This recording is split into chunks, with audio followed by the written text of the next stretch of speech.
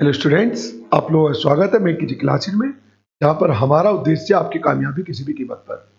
तो जैसे कि आप लोगों को जानकारी है कि हम लोग यहाँ पर आप लोगों को यूपी कांस्टेबल का जो री एग्जाम होने वाला है उसके प्रैक्टिस सेट करा रहे हैं और आज प्रैक्टिस सेट नंबर 8 रहने वाला है। इससे पहले हम प्रैक्टिस सेट 7 करा चुके और मैं उम्मीद करता हूँ कि आप उन सभी प्रैक्टिस सेट को अच्छे से एंजॉय कर रहे होंगे। इन प्रैक्टिस सेट में कोई भी रैंडमली क्वेश्चन नहीं रखा जा रहा है, जैसे कि जो लोग पहले से कर रहे हैं उन्हें इस बात की जानकारी है। इस प्रैक्टिस सेट में बहुत सिलेक्टेड क्वेश्चन रखे जा रहे हैं और सेम उसी पैटर्न पे क्वेश्चन रखे जा रहे हैं जो आपके एग्जाम के अंदर आएगा। ठीक वही, कुछ एक दो क्वेश्चन भारी, कुछ क्वेश्चन आसान, कुछ मॉडरेट, कुछ सब उस चीज को सोचते समझते हुए रखे जा रहे हैं। ठीक है, तो आज का प्रैक्टिस सेट शुरू करते हैं बिना देरी करते हुए। तो आज का पहला क्वेश्चन ये रहा आपकी स्क्रीन पर। क्वेश्चन क्या है? यदि संख्या 27B58A4 88 से पूर्णतः विभाजित है, तो अगर कोई संख्या 88 से पूर्णतः विभाजित है तो हम जो रूल लगाते हैं वो लगाते हैं 8 इंटू 11 का। बात समझ में आई? किसका रूल लगाते हैं? 8 इंटू 11 का।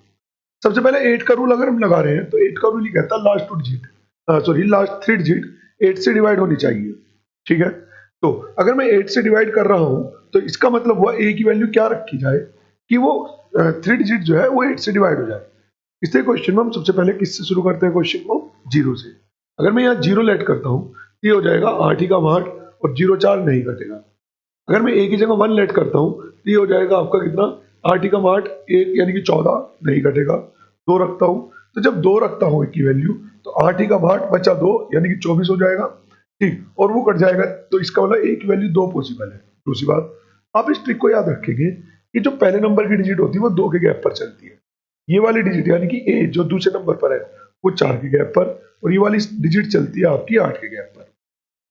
क्लियर है? तो ये दूसरे वाली डिजिट जो है वो 4 के गैप पर चलेगी। मतलब केवल ऐसा नहीं है कि यहाँ पर 2 ही पॉसिबल है, और भी बहुत सारी संख्याएं पॉसिबल है और उन सभी पॉसिबल संख्याओं में से एक 2 पॉसिबल है, एक 6।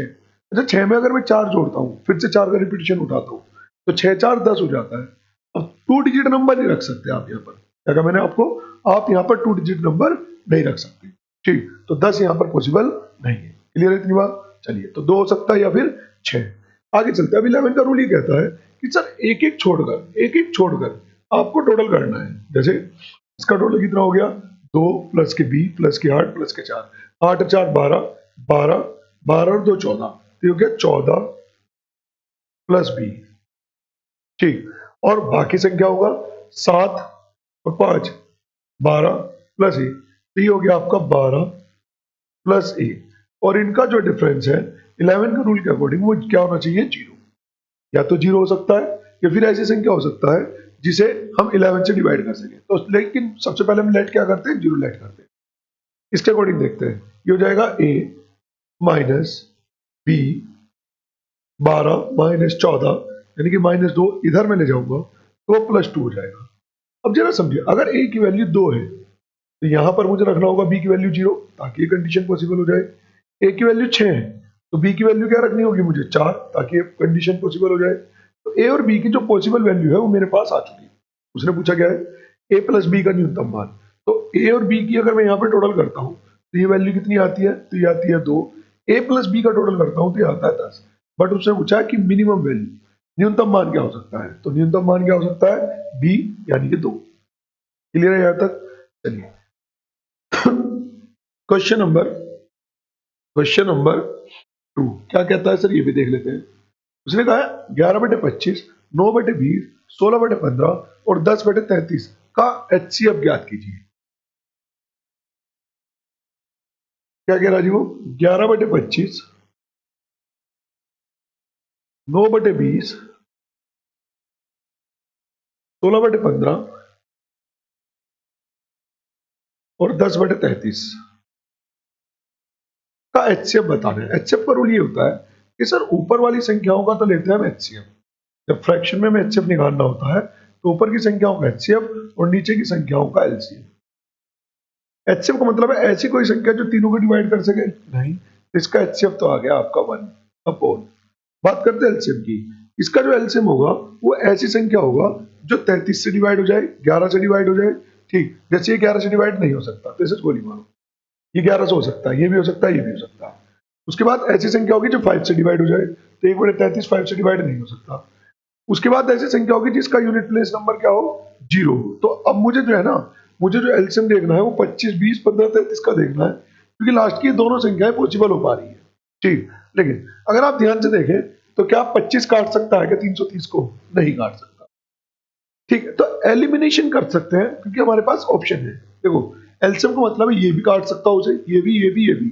तो अगर हम देखें 25 330 को नहीं काट सकता। फाइनली क्या बचा? फाइनली बचा 1/3300। तो एलसीएम के मैक्सिमम क्वेश्चन आपके ऑप्शन से ही हो जाते हैं। क्लियर है? नेक्स्ट क्वेश्चन, क्वेश्चन नंबर 2 क्या कह रहा है वो देख लेते हैं। उसने कहा यदि डिग्री फ़ारेनहाइट को, वो कह रहा है यदि डिग्री फ़ारेनहाइट को डिग्री सेल्सियस में परिवर्तित करने का सूत्र 5/9 F - 32 है, तो C का मान 30 होने पर F का मान क्या होगा? कुछ नहीं करना, C की जगह आपको 30 रख देना है। 30 बराबर 5/9, F उसने पूछा है F - 32, 5 से डिवाइड करेंगे तो कितना आ जाएगा? 6, 9 6 54 और 9 6 54, और ये -32 उधर जाके प्लस हो जाएगा, 3 और 2 6। ठीक, तो लास्ट में 6 वाला ऑप्शन क्या आ गया? तो ये आ जाएगा आपका आंसर, यानी कि 86। क्लियर है? बड़ा सिंपल है। देखो, कांस्टेबल कोई इतना बड़ा पेपर नहीं है जिसमें हम बहुत भारी भारी क्वेश्चन करें, बट इसके अंदर हमें हर तरह क्वेश्चन पढ़ना पड़ेगा और प्रैक्टिस करनी पड़ेगी। और इस बात को आप बिल्कुल नोट डाउन कर लो, जो प्रैक्टिस सेट में यहाँ करा रहा हूँ ना, जितने भी प्रैक्टिस सेट आपके एग्जाम तक होंगे, अगर आप उन प्रैक्टिस सेट के सारे क्वेश्चन करना सीख जाएंगे, तो मैं लिख के देता हूँ 15 से 16 क्वेश्चन आपको एज इट इज मिलने वाले हैं, डिजिट चेंज होगा। ठीक है ना? कॉन्सेप्ट ये मिलेगा। चलिए नेक्स्ट क्वेश्चन देखते हैं। नेक्स्ट क्वेश्चन कह रहा है किसी विद्यालय में छात्रों की संख्या 3/8 भाग लड़कियां हैं। उसने कहा है किसी विद्यालय में 3/8 भाग लड़कियां हैं, गर्ल्स है। आगे क्या कह रहा है? और शेष लड़के हैं, तो 5/8 लड़के हैं। ठीक है, आगे क्या कह रहा है? लड़कों की संख्या का 1/3 10 वर्ष से कम है। तो एक काम करते हैं, हम ये एज्यूम कर लेते हैं कि वहां पर जो टोटल नंबर ऑफ स्टूडेंट है वो 8 है। हम ये एज्यूम कर लेते हैं कि वहां पर टोटल नंबर ऑफ स्टूडेंट कितने हैं? 8, जिसमें से अनुपात बना रहा हूं, मतलब मैं, जिसमें से लड़कियों और लड़कों का अनुपात कितना हो गया? जिसमें से लड़कियों और लड़कों का अनुपात हो गया 3 लड़कियां हैं और रिमेनिंग लड़के हैं। अब देखते हैं आगे उसने क्या कहा है। लड़कों की संख्या का 1/3, तो लड़कों की संख्या का 1/3 यानी कि 5/3। ठीक, और लड़कियों की संख्या का 2/3, 2/3 बोले तो 2, भाई से डिवाइड करेंगे 2 3 हो जाएगा। ठीक, अच्छा ये भी 10 वर्ष से कम है और ये भी 10 वर्ष से कम है। ठीक, यदि 10 वर्ष से अधिक, 10 वर्ष या उससे अधिक छात्रों की संख्या 260 है, उसके हिसाब से कितने हैं? 260। मेरे हिसाब से 10 वर्ष से अधिक वाली लड़कियां कितनी है? 1, और 10 वर्ष से अधिक वाले लड़के कितने हैं? 5 गुना। देखो, उसने कहा था कि यहां पर जो है ना, इसका 1/3 लड़के ऐसे हैं जो कि कम है, जो कि कम आयु के हैं, 10 वर्ष से कम। लेकिन यहां पर जो उसने 260 कहा है वो अधिक का कहा है, तो यानी कि 5 का 1/3 अगर ये थे तो अधिक वाले हो जाएंगे 2/3। क्लियर है? ठीक, तो इसे कैलकुलेट करते हैं, 3 और ये हो जाएगा आपका 13/3। कैलकुलेट करते हैं, 13 दूनी 26 यानी कि 20, तो इसकी मतलब हो गया कि एक की वैल्यू आ गई 60। क्या पूछ रहा है? लड़कों की संख्या ज्ञात कीजिए। कितने लड़के एज्यूम कर रखे हमने? 5, एक की वैल्यू 60, तो 3 की वैल्यू 300, तो आपका आंसर आ जाएगा बी। क्लियर है? सब बहुत आसान क्वेश्चन है ना? और बस थोड़ा सा आपको क्वेश्चन को अच्छे से पढ़ना आना चाहिए। पहली संख्या दूसरी संख्या का 1/3 है, उसने कहा है पहली संख्या दूसरी संख्या का 1/3 है। पहली संख्या ए, दूसरी संख्या बी का 1/3 है। अब देखो, मुझे यहां पर समझदारी ये दिखानी चाहिए थी कि जैसे उसने कह दिया कि 1/3 है, तो पहले में से 3 मान लेता और ऑटोमेटिक वो क्या हो जाता? 1 हो जाता। तो ये थोड़ा सा नंबर्स के साथ आपको खेलना पड़ेगा, ठीक, स्टार्टिंग से ही। आगे क्या कह रहा है? दूसरी संख्या तीसरी संख्या का 1.5 है। जैसे दूसरी संख्या तीसरी संख्या का 1.5 बोले तो 1.5 गुना, तो अगर ये 1 है तो दूसरी संख्या उसका 3/2 है। बोले तो ये अनुपात कितना आ जाएगा, 3:2। यहां तो कोई दिक्कत? ठीक। तीसरी संख्या चौथी संख्या का 3 गुना है, तीसरी संख्या चौथी संख्या का 3 गुना है। तो अगर ये 1 है तो ये कितना होगा आपका 3, चौथी संख्या का 3 गुना। यदि चारों संख्याओं का औसत 10 है तो एक काम करते हैं, पहले हम ये निकाल लेते हैं, A अनुपात B अनुपात C अनुपात D निकालते हैं जी। देखो इसकी ट्रिक होती है, डायरेक्ट पहले वाले के लिए इन सब की गुना कर दीजिए आप सीधी सीधी, ये आ जाएगा 9। दूसरे वाले के लिए इनकी गुना कीजिए आप, ठीक, तो ये हो जाएगा 27। तीसरे वाले के इसलिए इस पैटर्न की गुना कीजिए, 2 3 दूनी 6, 6 3 18, और नेक्स्ट वाले के लिए इन सब की गुना कर दीजिए जो कि होगा 6। क्लियर है? उसके हिसाब से ये कट जाएगा मुझे लगता है 3 से, तो थोड़ा सिंप्लीफाई कर लेते हैं। 3 9 6 2। उसने कहा इन सब का जो औसत है ना, इन सब का जो औसत है वो क्वेश्चन के अकॉर्डिंग 10 है मेरे हिसाब से। 9 और 2 11, 17, 17 और 3 20, 20/2 तो मेरे हिसाब से भी 10 ही है। एक की वैल्यू क्या आ गई, 10 नहीं है, सॉरी 10 नहीं है, बटे 4 करना है ना, 20/4। एवरेज के लिए क्या करना है, टोटल बटे पदों की संख्या, तो मेरे हिसाब से 5। 1 की वैल्यू क्या आ गई सर, 2। ठीक, वो आगे क्या कह रहा है, उसने कहा बड़ी संख्या क्या है, तो इनमें सबसे बड़ी संख्या क्या है, 9, और 9 दूनी 18, यानी कि बी ऑप्शन यहाँ पर आपका आंसर है। क्लियर है नहीं यहाँ तक की बात? नेक्स्ट क्वेश्चन देखते हैं।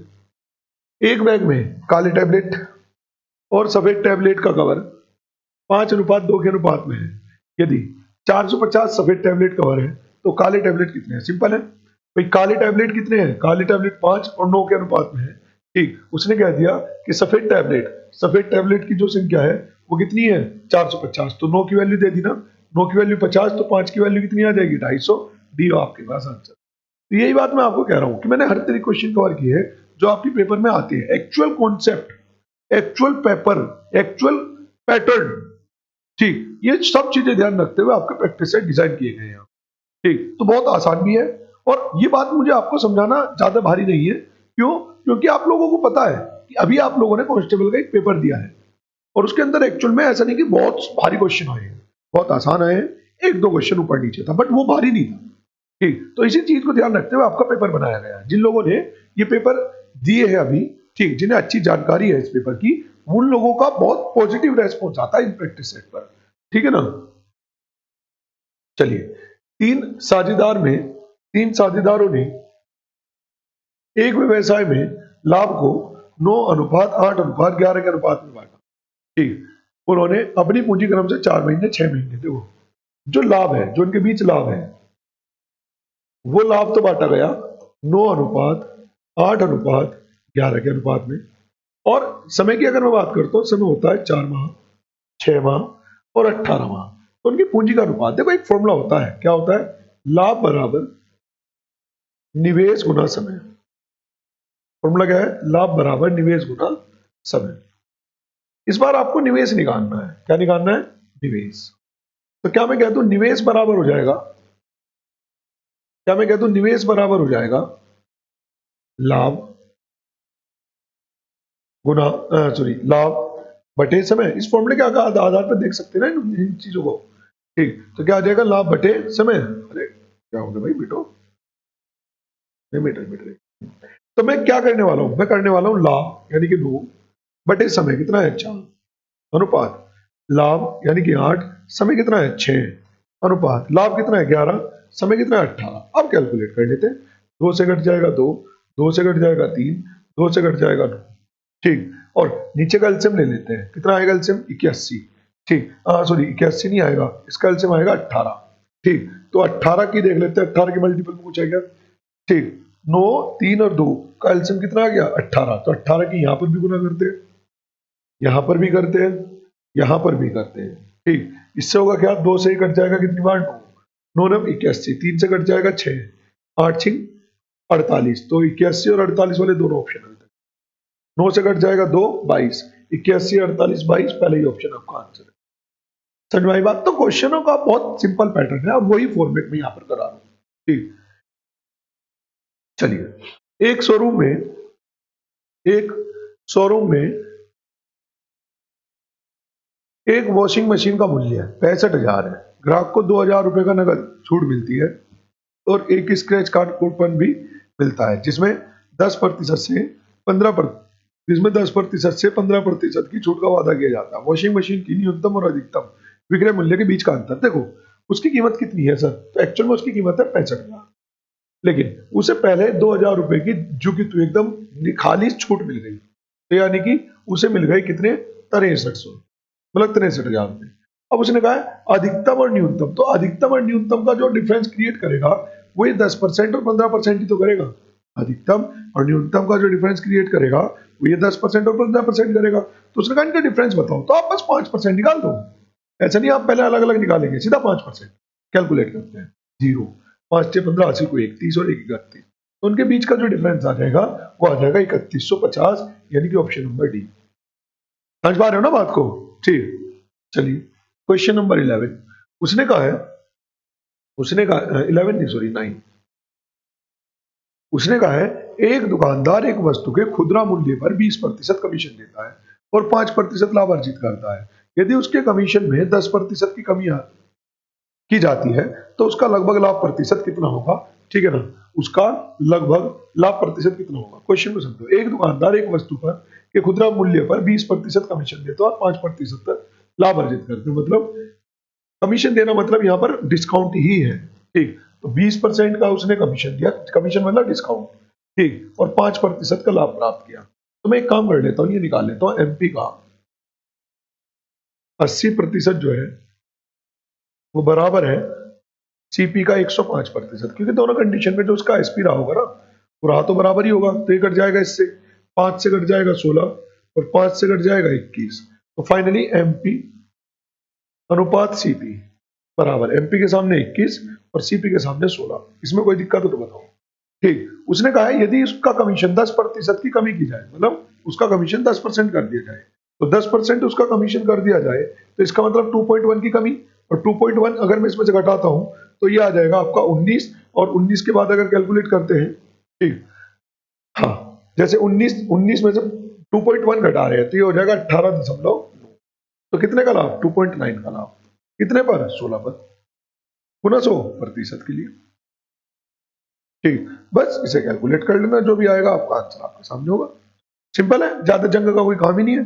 पॉइंट हटाऊंगा 1 0 ये रहा, ठीक, पॉइंट हटाऊंगा 1 0 ये रहा, ठीक, तो यहां से आपका आंसर आ जाएगा, लगभग उसने पूछा है। ठीक है जी, चलिए नेक्स्ट देखते हैं क्वेश्चन नंबर 10। उसने कहा है 3600 की धनराशि, सॉरी 36,000 की धनराशि का एक भाग 9% और शेष 7% के वार्षिक ब्याज की दर से उधार दे दिया जाता है। यदि औसत ब्याज 8.5, तो सिंपल एलिगेशन लगाएंगे ना सर, एक हिस्से पे तो 9% मिला है ना, एक हिस्से पर क्या है 9% मिला है, एक हिस्से पर क्या है 7% मिला है, और सब पर क्या है 8.5। एलिगेशन सीधा, जब भी चीजों को दो भागों में तोड़ा जाए एलिगेशन सबसे बेस्ट तरीका है। 1.5 और ये कितना हो जाएगा, ये भी आपका 0.5 बनेगा। लेकिन तो इनका अगर रेशियो क्रिएट करते हैं तो सर इनका रेशियो आता है 2:1। ठीक, उसने कहा 9% में उधार दी गई धनराशि, यानी कि उस 36,000 के 4 टुकड़े करने, 3 और 1 4, प्रत्येक टुकड़े में कितना आएगा 9, 9,000, और 9 वाले पे पूछा है 3, 9 3 27, तो आपका ए ऑप्शन यहाँ पर आंसर रहेगा। ठीक, आपका जो है ए ऑप्शन यहाँ पर आंसर है। क्लियर है सर इतनी बात? चलिए नेक्स्ट, अगला क्वेश्चन का है जी, ये रहा भाई साहब, क्या कह रहा है जी, वो भी पूछ लेते हैं इससे। उसने कहा है यदि कोई राशि चक्रवृद्धि ब्याज पर वार्षिक रूप से चक्रवृद्धि होने पर 4 वर्षों में 3 गुनी हो जाती है, तो ऐसे समझो कोई धनराशि 4 वर्ष में 3 गुनी हो गई, कोई राशि है कितनी 4 वर्ष में 3 गुनी हो गई। ठीक, तो समान ब्याज दर पर वह राशि कितने समय में 81 गुनी हो जाएगी? देखो आपको कितने गुना करना है, 81 गुना। तो इसके क्वेश्चन में आप ये देखें कि 3 की पावर क्या करी जाए कि वो 81 हो जाए, तो आप कहेंगे 3 की पावर 4 करी जाए सर, उससे वो 81 हो जाएगा, और जो भी आपने पावर यहाँ करी उठाकर उस पावर की वर्षों में गुना करेंगे तो टोटल वर्ष आ जाएंगे 16 वर्ष, और यही क्या है आपका, ठीक, यानी कि ऑप्शन नंबर। क्लियर है इतनी बात? चलिए नेक्स्ट क्वेश्चन नंबर आएगा वो आपका 12। क्वेश्चन नंबर 12 क्या कह रहा है? क्वेश्चन नंबर 12 कह रहा है ए 1/6 समय में बी से आधा काम करता है। ए 1/6 समय में, 1/6 समय में बी से आधा कार्य करता है। ठीक है, तो इसलिए क्वेश्चन में हम क्या करते हैं, पहले समय लिख देते हैं, फिर कार्य लिख देते हैं। लिख दिया, और कहां से कहां है, बी से ए पर आए ना, तो ये रेशियो भी बी से ए की साइड को चलेगा।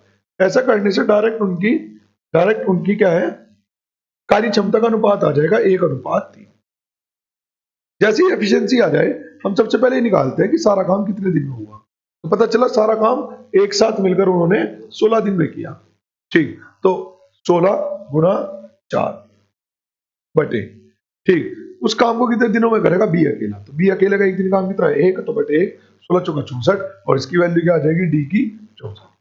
इसमें कोई दिक्कत तो बताओ किसी को। चलिए क्वेश्चन नंबर 15, यदि एक कार 3.5 लीटर पेट्रोल में 75.5 किलोमीटर जा सकती है, तो 18 लीटर, सिंपल है भाई, 3.5 में जा सकती है, कितना, 75.5, तो 1 लीटर में जाएगी कितना, 75.5 बटे 3.5 गुना, कितने लीटर की बात हो रही है, तो 28 लीटर में जाएगी, कितना, 1 पॉइंट से 1 पॉइंट ये कट जाएगा, 7 से काट देते हैं, 7 चौका 28, 7 पंजे 35, और 5 से काट देते हैं, 5 ही कम, इधर साइड में लिख रहा हूँ मैं इसका भाग, 5 ही कम 5, बचा कितने हैं 2, 5 पंजे 25, 5 ही कम 5, गुना किससे करनी है, 4 से, तो ये क्या आ जाएगा आपका 4, और 15 चौका 60, 5 चला जाएगा 600। ठीक है, नेक्स्ट क्वेश्चन नंबर 16, एक रेलगाड़ी जिसकी लंबाई 287 मीटर है, चाल 80 किलोमीटर प्रति घंटा है, दूसरी रेलगाड़ी को जिसकी चाल 37 किलोमीटर प्रति घंटा है 18 सेकंड में पार करती है, तो दूसरी की लंबाई, सिंपल है एकदम, कुछ नहीं करना आपको भाई, जब दोनों रेलगाड़ियां एक दूसरे को पार करेगी तो कितना चलेगी, 2, एक सेकंड होगा,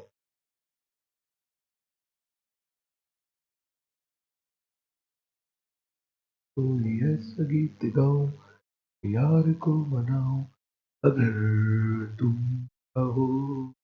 हाँ जी, देखो, एक रेलगाड़ी जिसकी लंबाई 287, 287, और दूसरी रेलगाड़ी की लंबाई मान लीजिए x है, बराबर कितना, अब अपोजिट डायरेक्शन में चल रही है ना, एक रेलगाड़ी लंबाई इतनी, चाल इतनी, दूसरी रेलगाड़ी जिसकी लंबाई इतनी, चाल इतनी, 18 सेकंड में पार करती है, तो दोनों रेलगाड़ियों की लंबाई, तो देखो अपोजिट डायरेक्शन में ही मान लेते हैं हम, है ना, हाँ, हाँ मान लेते हैं अपोजिट में, 80 है, दूसरी रेलगाड़ी को जिसकी चाल, आप देखो इसने यहाँ पर है ना टाइपिंग मिस्टेक है, यहाँ पर मेंशन होना चाहिए था कि दोनों किस दिशा में चल रहे हैं, मैं भी अपोजिट से कर देता हूँ, अगर अपोजिट से नहीं हुआ तो चाल का बस डिफरेंस करना है, ठीक है ना, बट जनरली मैं अपोजिट ही मान लेता हूँ, मुझे जानकारी दी है कि कैसे वो चल रहे हैं। टोटल करूंगा तो कितना आ जाएगा, 117, क्वेश्चन में हालांकि अधूरा है, इसमें ये होना चाहिए था 5/18 मीटर प्रति सेकंड के लिए, गुना कितने सेकंड में पार कर रहे हैं, 18 सेकंड में, तो 18 से 18 कट जाएगा, ठीक, और ये कितना आ जाएगा, एक्स की वैल्यू आ जाएगी आपकी 500, तो ये, और 17×85 यानी कि 585, माइनस इधर आकर 287, 15 में से 7 गए तो कितना बचेगा, तो 15 में से 7 गए तो बचेगा 8, है बिल्कुल, ये हो गया कितना 7, ये हो जाएगा 9, ये हो जाएगा कितना 3, और सॉरी 4, 4 में से 2 गए तो कितना बचा 2, 298, तो दूसरे की लंबाई कितनी आ गई, 298 आंसर। बताओ इसमें कोई मसला किसी को, सिंपल है एकदम, ठीक, क्वेश्चन बहुत आसान है भाई साहब, बहुत ही आसान क्वेश्चन, ठीक, चलिए, हाँ जी, उसने कहा दो समरूप त्रिभुज के परिमाप क्रम से 36 सेंटीमीटर और 24 सेंटीमीटर है, उनके क्षेत्रफलों का अनुपात ज्ञात कीजिए, सिंपल, याद रखना, जो परिमापों का अनुपात होता है ना, उसका अगर मैं स्क्वायर कर दूं तो उनके क्षेत्रफलों का अनुपात आ जाएगा डायरेक्ट, ठीक, तो जैसे उनके परिमापों का अनुपात है कितना, 36:24, इसे अनुपात बना लेते हैं एक्चुअल में, 4 नम, ठीक, 4 6, क्या कर रहा हूँ, ठीक, सही तो था, अरे क्या हो रहा भाई, 4 नम 36, 18 से काट लेते हैं, 18 से तो नहीं कटेगा, हाँ, 4 नम 36 और 4 छिंग, ठीक, 8 से कट जाता, 8 से भी नहीं कटता, क्यों, मुझे ऐसा लग रहा है कि किसी और से भी कटता, 4 12 से कटता, हाँ, ठीक, तो मैं कह रहा हूँ मुझे लग रहा है कि किसी और से भी कट रहा है, ठीक, नहीं आती बहुत सी बात दिमाग में एकदम बात, ठीक, 3:2, अब इसका स्क्वायर कर देना है, परिमाप का स्क्वायर ही क्षेत्रफल का अनुपात होता है, तो 9:4 है क्या, है क्या, है क्या, हाँ जी, अगला क्वेश्चन देखते हैं, उसने कहा है निर्देश, दिया गया लाइन ग्राफ एक कंपनी के उत्पादन टन में और बिक्री टन में दर्शाता है। उत्पादन को सर्कल से और बिक्री को बॉक्स से दर्शा रहे हैं। ठीक, एक साथ 2015 और 2017 में उत्पादन, एक साथ 2018, अच्छा उत्पादन की बात हुई 2015 में उत्पादन कितना है 450, और 2017 में उत्पादन कितना है 500। पहले उत्पादन की बात कर लेते हैं, 950 हो गई थी। आगे क्या कह रहा है, एक साथ 2018 और 2019 की बिक्री, तो बिक्री 2018 की बिक्री कितनी है 500, और 2019 की बिक्री कितनी है, तो बिक्री को हम किससे बता रहे हैं, बॉक्स से। हमने कुछ गड़बड़ कर दी क्या, पहले क्या था उत्पादन, और उत्पादन किस किसका चाहिए था हमें 2015 का और 2017 का, उत्पादन को बिंदी से दर्शा रहे हैं। तो हमने क्या कर दिया, बिक्री में उत्पादन, उत्पादन में बिक्री। शंकर की पेटी काली की गाड़ी में, काली की पेटी शंकर की गाड़ी में हो गया आज। ठीक है, देखो उत्पादन को दर्शा रहे हैं बिंदी से, तो 600 और 750। ठीक, और दूसरा क्या है, दूसरा चाहिए 2018 और 2019 में बिक्री। बिक्री को किससे दर्शाते हैं, बक्से से, तो 400 और 516 का अंतर पूछ लिया। तो अंतर कर लेते हैं, कोई बात नहीं, यही कहीं अंतर कर लेते हैं। ये अंतर करा तो 200 प्लस में, और ये कितना हो गया फाइनली आपका 950, और उसमें से घटा देता है 516। लास्ट में 4 वाले कितने ऑप्शन है, हर भैया ये तो सारी ऑप्शन ऐसे, तो आ जाएगा 4। ठीक, ये हो गया, 4 में से गया तो कितना बचा 3, और 5 में से 9 में से 5 गए तो कितना बचा 4। 434 ढूंढो ढूंढो कौन है वो। हाँ जी, क्वेश्चन नंबर 19 17 में ए बी और सी के बीच 1152 रुपए का नुकसान 7:8:9 के अनुपात में विभाजित किया गया है। देखो लाभ अगर ऐसे बढ़ेगा तो नुकसान भी उसी अनुपात में बांटा जाएगा। ठीक, तो यानी कि 1152 के मुझे कितने टुकड़े करने हैं, तो मुझे करने हैं 7 और 8 15, 15 और 9 कितना 24। एक की वैल्यू आ जाएगी 1152/24। पूछा किसने, उसके ए का हिस्सा, ए का हिस्सा कितना है 7। ठीक, मुझे आप लोगों से पूरी पूरी उम्मीद है कि आप इसे कैलकुलेट कर लेंगे। ठीक है ना, आप इसे क्या कर लेंगे, कैलकुलेट कर लेंगे। देखो थोड़ा सोच सकते हैं, जैसे 24 है तो 24 से 3 आएगा 3। ठीक, यहां पर क्या आएगा, 24 से अगर डिवाइड करेंगे तो 8 भी आ सकता है, 8 चौक 32, और 3 भी आ सकता है। अगर यहाँ 3 है तो 7 3 21, इकाई अंक वाला कोई नहीं है। ठीक, 8 है, अगर 8 हुआ 8 8 7 56, 6 वाला बस एक ही ऑप्शन है, ये रहा आंसर। तो थोड़ा नंबर के साथ खेल सकते हैं आप। ठीक, नेक्स्ट 30% और 10% की दो अनुक्रमिक छूट देने के बाद एक वस्तु इतने रुपए की बेची गई। तो सिंपल है, मान लो कोई वस्तु 100 रुपए की थी, 30% की छूट दी गई तो 70% रह गया, 10% की छूट दी गई तो 90% रह गया, और उसके बाद वो कितना रह गया 945 एसपी। ठीक, 2 जीरो से 2 जीरो कट जाएंगी, 2 जीरो से 2 जीरो कट जाएंगी, 9 से काटूंगा तो 105, 7 से काटूंगा तो 15, 100 की वैल्यू तो 1500, उठाए पड़ा, कुछ भी तो नहीं है, कुछ भी नहीं है भाई साहब, कुछ भी नहीं है, कुछ भी नहीं है। ठीक, क्वेश्चन नंबर 19 18 27 और एक अन्य तीसरी संख्या का औसत 30 है, तो तीसरी संख्या कौन सी है, तो यानी कि उन संख्याओं का योग 90 हो गया। 18 और 27 कितना हो जाएगा 45, तो तीसरी संख्या घटाने के बाद क्या बचेगी 45, उठाए पड़ा। ठीक, तो आपका कांस्टेबल का पेपर इतना बड़ा पेपर नहीं है, आप टेंशन ना ले। जो आपको मैं यहाँ करा रहा हूँ बस ये टेंशन ले चलो, जो मैं यहाँ करा रहा हूँ वो क्वेश्चन आप पे करने आने चाहिए। अगर आप इतना कर लेते हैं तो मैं गारंटी लेता हूँ, अगर आपका कांस्टेबल के पेपर में मैथ में अगर आपका वो स्कोर जो आपने सोचा उससे 2 नंबर फालतू ना आए तो बात रही। अब आप कह रहे थे मैं तो पूरा सोच रहा हूँ, तो देखो पूरे से ज्यादा तो कुछ नहीं हो सकता। ठीक है, चलिए तो आज की क्लास करते हैं समाप्त, लेते हैं अलविदा, मिलते हैं प्रैक्टिस सेट नंबर 9 में। और आप लोगों को थोड़ा सा बस ये भी ध्यान रखना कि चैनल को ज्यादा से ज्यादा शेयर करें, लोगों तक ज्यादा से ज्यादा पहुंचाए चैनल को। ठीक, ताकि ज्यादा से ज्यादा रीच पहुंच सके, ज्यादा से ज्यादा बच्चे हम लोगों तक आ सके, और हमें लगे कि हम जो एफर्ट कर रहे हैं, ठीक, उस एफर्ट में हम लोगों तक पहुंच रहे हैं, मतलब एक मोटिवेशन है ना। चलिए तो करते हैं आज की क्लास को समाप्त, लेते हैं अलविदा, तब तक के लिए जय हिंद जय भारत।